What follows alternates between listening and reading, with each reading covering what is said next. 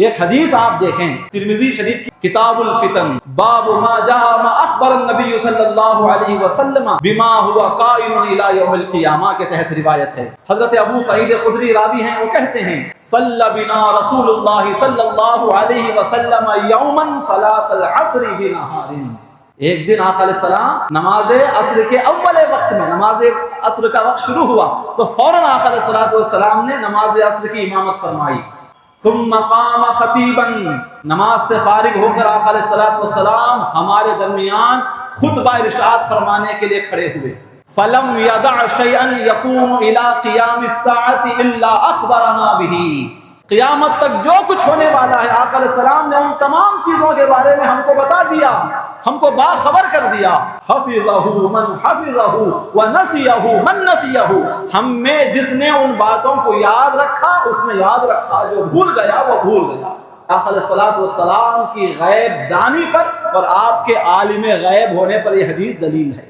لمبی حدیث پاک ہے۔ اس حدیث کا ایک حصہ یہ بھی ہے کہ آقا علیہ السلام نے صحابہ کے درمیان ارشاد فرمایا الا ان بنی آدم خلقوا علی طبقات شتیٰ، اولاد آدم مختلف طبقات پر پیدا کیے گئے ہیں، بنو آدم میں مختلف طبقات ہیں۔ فمنہم من یولد مؤمنا ویحیا مؤمنا ویموت مؤمنا، ان میں سے ایک طبقہ ان لوگوں کا ہے جو مسلمان پیدا ہوتے ہیں، اسلامی زندگی گزارتے ہیں اور ان کا خاتمہ بھی ایمان پر ہوتا ہے۔ وَمِنْهُمْ مَنْ يُولَدُ كَافِرًا وَيَحْيَا كَافِرًا وَيَمُوتُ كَافِرًا، اور اولاد آدم کا ایک طبقہ وہ ہے جو کافر پیدا ہوتا ہے، یعنی کافروں کے گھرانے میں پیدا ہوتا ہے، کفر کی زندگی گزارتا ہے اور کفر ہی کی حالت میں مر جاتا ہے۔ وَمِنْهُمْ مَنْ يُولَدُ مُؤْمِنًا وَيَحْيَا مُؤْمِنًا وَيَمُوتُ كَافِرًا، اور تیسرا طبقہ بنو آدم کا وہ ہے کہ جو مسلمان پیدا ہوتے ہیں، اسلامی زندگی گزارتے ہیں، لیکن خاتمہ کفر پر ہوتا ہے۔ وَمِنْهُمْ مَنْ يُولَدُ كَافِرًا وَيَحْيَا كَافِرًا وَيَمُوتُ مُؤْمِنًا، اور چوتھا طبقہ ان لوگوں کا ہے جو کافر پیدا ہوتے ہیں، کفر کی زندگی گزارتے ہیں، لیکن ان کی موت ایمان پر ہوتی ہے۔ حضرات گرامی، اب اس میں جو پہلا طبقہ ہے، مسلمان پیدا ہونے والے، اسلامی زندگی گزارنے والے اور اسلام ہی پر خاتمہ پانے والے، یہ تو سب سے خوش نصیب لوگ ہیں۔ جو کافر پیدا ہوتے ہیں، یعنی کافر کے گھر میں پیدا ہوتے ہیں، کفر کی زندگی گزارتے ہیں، لیکن موت ان کی ایمان پر ہوتی ہے، یہ بھی خوش نصیب ہیں۔ اب رہے درمیان کے دو لوگ، پہلے وہ جو کافر پیدا ہوتے ہیں، کفر کی زندگی گزارتے ہیں اور کفر ہی پر موت آتی ہے، یہ سب سے بدترین لوگ ہیں۔ اور بدترین وہ بھی ہیں جو پیدا ہوتے تو ہیں مسلمانوں کے گھروں میں، زندگی بھی اسلامی گزارتے ہیں، لیکن ان کا خاتمہ کفر پر ہوتا ہے، کافر کی موت مرتے ہیں۔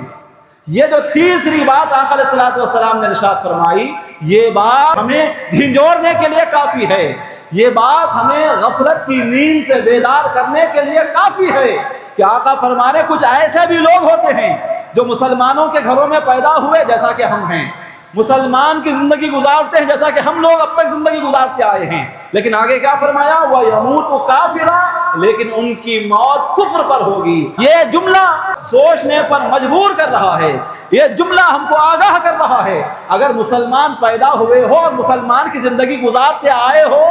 تو اس بھرم میں نہ رہو، اس خیال میں نہ رہو کہ موت بھی ایمان ہی پر آئے گی۔ ایمان چھینا جا سکتا ہے، ایمان سلب کیا جا سکتا ہے، ایمان کے سلب کیے جانے کا پورا امکان ہے۔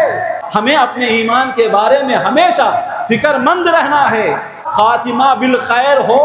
یہ دعا اللہ کی بارگاہ میں کرتے رہنا چاہیے۔ ہمیں اپنے ایمان کی فکر کیوں کرنی چاہیے؟ اس لیے کہ ایمان ہی وہ دولت ہے جس کی وجہ سے بندہ قبر کے عذاب سے چھٹکارا پاتا ہے،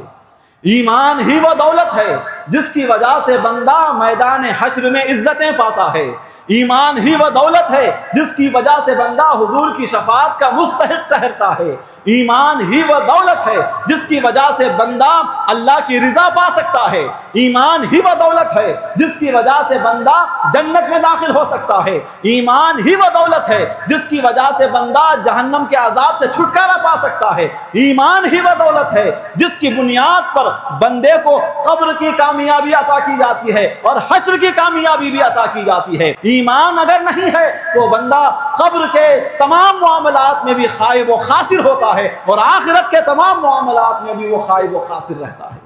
اس لیے ایمان کو بچانے کی فکر ہمیشہ ہونی چاہیے۔ ہمیں اپنے ایمان کے بارے میں اس لیے بھی فکر مند ہونا چاہیے کہ ہمارا جو سب سے بڑا دشمن، جسے قرآن نے شیطان کہا، قرآن نے خود کہا کہ ان الشیطان للانسان عدو مبین، یہ شیطان انسانوں کا کھلا ہوا دشمن ہے، یہ ایسا دشمن ہے کہ ہمیشہ ہمارے ایمان کو تباہ و برباد کرنے کی طاق میں لگا رہتا ہے، ہر وقت یہ کوشش کرتا رہتا ہے کہ کسی نہ کسی طرح اس بندے کو ایمان کی دولت سے محروم کر دیا جائے۔ حتیٰ کہ یہ بدبخت ایسا ہے کہ انسان پر جب نازک وقت آتا ہے، موت کا وقت، نزا کا عالم، نزا کا وقت جو نازک ترین موقع رہتا ہے انسان کی زندگی کا، اس موقع پر بھی یہ شیطان مختلف صورتوں سے اس مرنے والے کے پاس آ کر اس کے ایمان کو تباہ و برباد کرنے کی پوری کوشش کرتا ہے۔